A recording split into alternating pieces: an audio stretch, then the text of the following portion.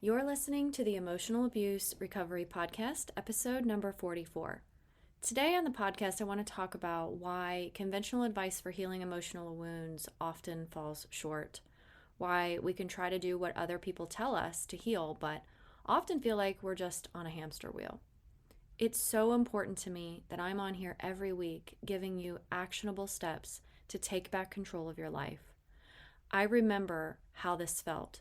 I remember the frustrations I experienced, feeling like I was never going to heal. I remember feeling afraid of when the next trigger would pop up and how depressed I would feel just thinking about the life I could have or should have had. I know that there are a ton of coping strategies out there. I know that many of them absolutely help and give you relief. I tried many of them myself and they did help me feel better temporarily. But I wasn't okay with temporarily feeling better. I wanted to feel better for good. If you had a pain in your head, you could take medicine to help that pain go away. But when it comes back, you start to wonder why. You can lie down, use a hot compress or an ice pack. You can use essential oils or avoid bright lights and loud noises that would trigger the pain. All of that is great. But what if the reason you kept getting that pain was because you were dehydrated? The coping that you do fixes the pain temporarily or might even prevent it temporarily. But the root cause of the pain, the real reason, is that your body needs water. When you think of your emotional pain like painful symptoms, you know that there's a root cause. There's a reason, and it's not what most people think. It's nothing happening outside of you. So, you don't have to suffer from the many negative emotions that come with abuse, such as sadness, anger, fear, guilt, and hurt. I'll tell you why, plus what you can do to change it.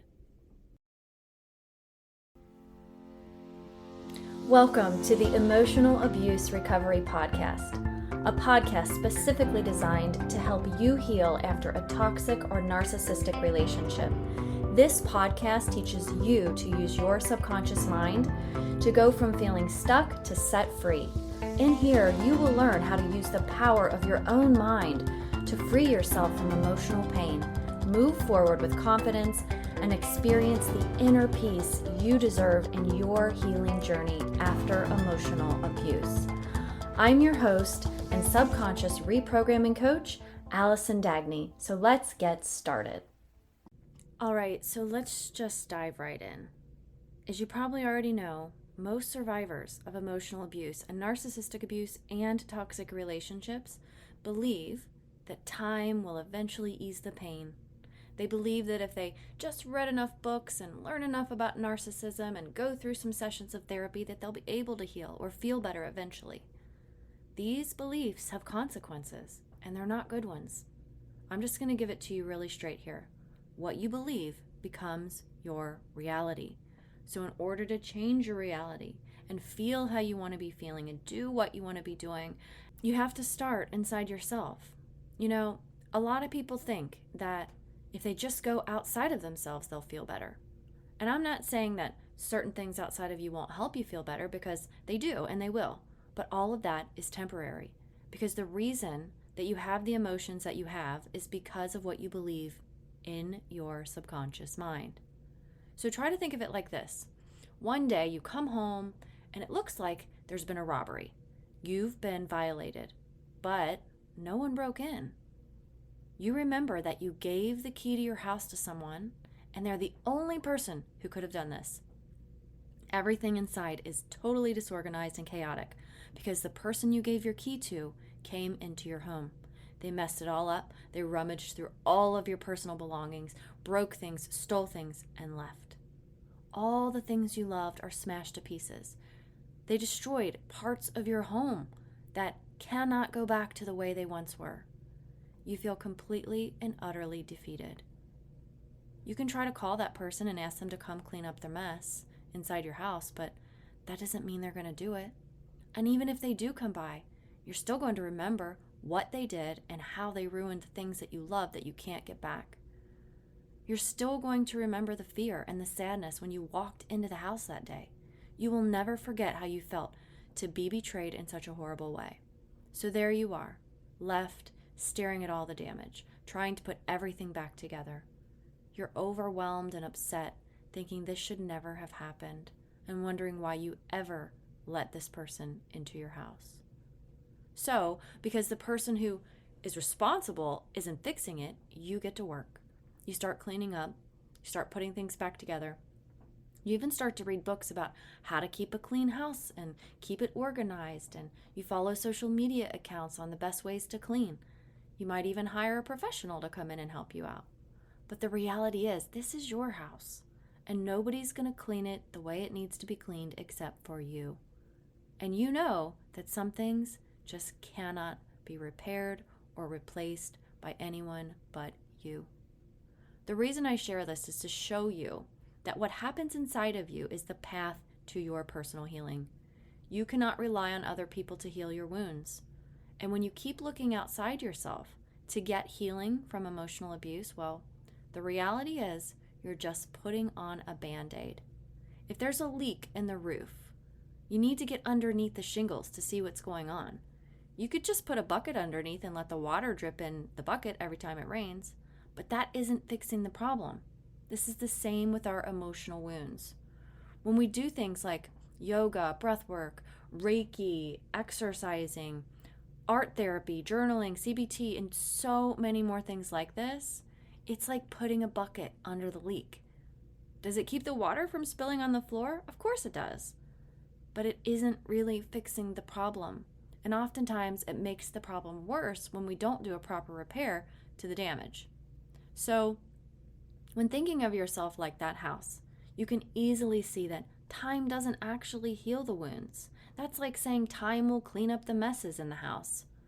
After time goes by, it will just be cleaned up and fixed? No, of course not. You can also see how trying to get the person who hurt you to come in and repair the damage and clean up is also pointless. And do you even really trust that person to come back inside your home? Do you really think that after all that damage that they can clean up and fix everything back to the way it was before? Probably not. So most people struggle to go within themselves to heal, because if they do, it often means that the person who did all the damage got away with it. It often means they are let off the hook when you believe they should be held accountable. Why should I have to clean up this mess when someone else is the one who created it? But the reality is, if you don't clean it up, it's not holding them accountable. If you leave the mess, they're still getting away with it. You not cleaning up the mess isn't holding anyone accountable. It's just causing you to live inside a broken, disheveled mess. The meaning you give to your circumstances and your experiences holds a lot of weight. But the good news is, you can choose to change the meaning. You can decide if you want to keep believing a certain way or not, even when it feels impossible or really, really hard. So you might be thinking now, yeah, Allison, I hear you, I really do, but this is so unfair. I already went through so much, and now I have to do this? Now I have to clean up the messes and heal on top of it all? Listen, I understand how this feels. And I know that for many women, healing from narcissistic abuse and emotional trauma, doing the healing work feels like you're just condoning their bad behavior. You put everything back together while they just move along and never have to be held accountable for what they did, right? But let me ask you, is you not healing actually holding them accountable? Or is it just allowing them the power to hold you down, keeping you from your truest, most authentic, and best version of yourself? If you want to heal in a lasting way, one of the first things you need to do is discover what you're believing that could be keeping you from it. Remember, anything we do or don't do, there's usually a positive intent behind it, meaning we get something positive out of it. Our brain is trying to help us and keep us feeling safe all the time. So, what does not healing and not doing the work that actually gets lasting results mean to you? Does it mean the other person will get away with it if you're happy? Does it mean you won't be able to hold them accountable if you move on? Does it mean if you clean up the emotional messes that you condone what they did? Remember, you get to choose the meaning. What else could it mean? Could it mean they already got away with it, so you decide to put yourself first? Could it mean you refuse to allow them that kind of power over your emotions? Could it mean you release the anger so they can't destroy you anymore? This kind of healing takes practice. It takes effort by you to reprogram your mind, to change the thought habits and switch the meaning that you give to things, because only you can do that. I am not a stranger to this. The only reason I am where I am today emotionally after 20 years of trauma is because of the practice that I've put in to reprogram the thoughts that were keeping me in pain, the thoughts in my subconscious mind that were keeping me stuck and unable to heal and move forward. I couldn't be here telling you about this stuff every week if it didn't help me. I couldn't give you all these tips and techniques and information if I didn't use the process myself. I have reprogrammed thousands of beliefs in my mind, which I have absolutely used to transform me and transform my life and how I feel every single day. I still do it. I still use this 4-step tool whenever an emotion comes up for me that I'm not used to. And this 4-step tool is what I help all of my clients with, reprogramming their own subconscious minds. And now I look forward to reprogramming my thoughts. One of my clients told me the other day that she's addicted to rewiring her mind, and I can totally relate to that because it feels so good. So if you want to move from coping to lasting change, you can do it. Start by figuring out why you might have fears about it or any type of resistance. Then, as always, challenge those thoughts. You are capable of so much more than you probably know. You might need a little support, and that's why I'm here.